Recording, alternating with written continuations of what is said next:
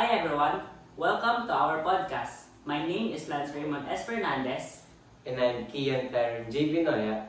For today, we are comparing Romeo and Juliet by William Shakespeare and The Partner's Tale by Geoffrey Chaucer. Both stories talk about love, morality, and fate, but in different ways. Let's start with love in Romeo and Juliet. Love is strong and emotional. Romeo and Juliet fell in love fast and are willing to risk everything for it. Their love feels pure, but also leads to their tragic death. Yes, love becomes their fate, no matter what they do. It seems like destiny is against them.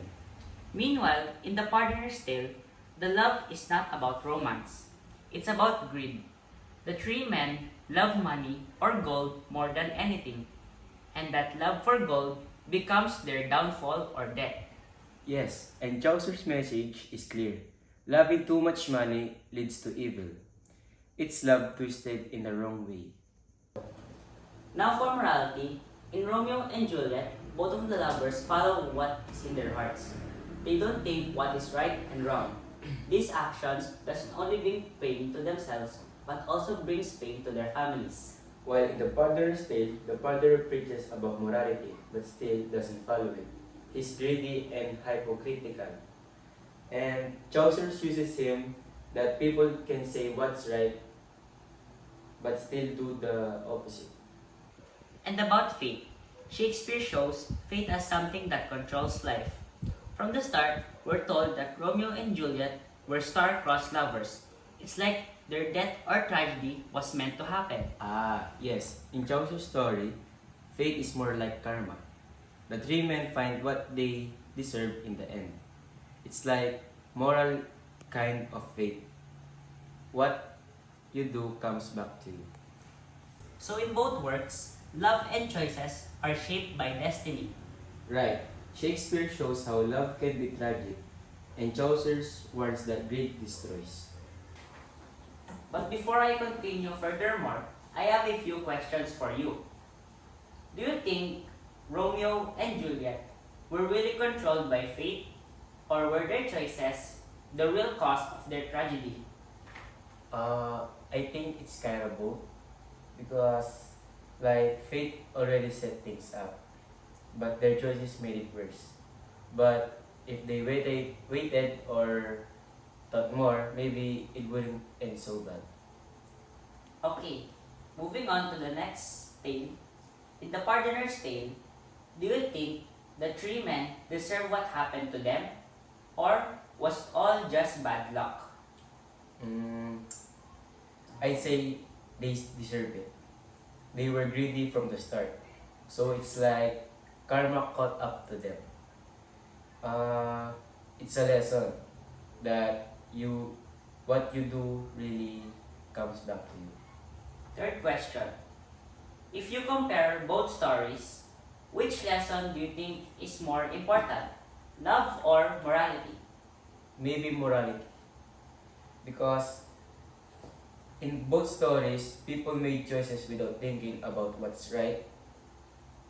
If you don't have morality, love or anything else can lead to trouble. Final question for me. How do these stories still relate to people today, even if they were written centuries ago?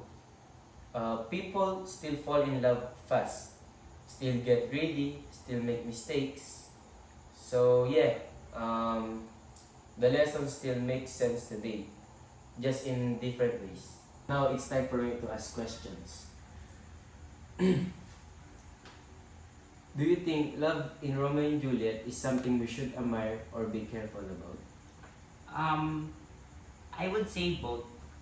Kasi I guess it's nice that they love each other so deeply, but it also shows what happens when you let feelings control everything. Same question. How does Chaucer show that greed can destroy people's life in The Partner's Tale? Hmm. By making the three guys kill each other over a pot of gold. It's like he wanted to prove that greed makes people blind and stupid and do unexpected things. Okay. Between Shakespeare and Chaucer, who do you think gave a stronger message about human behavior? I would say Geoffrey Chaucer because his story is more shorter and more straight to the point or direct to the point.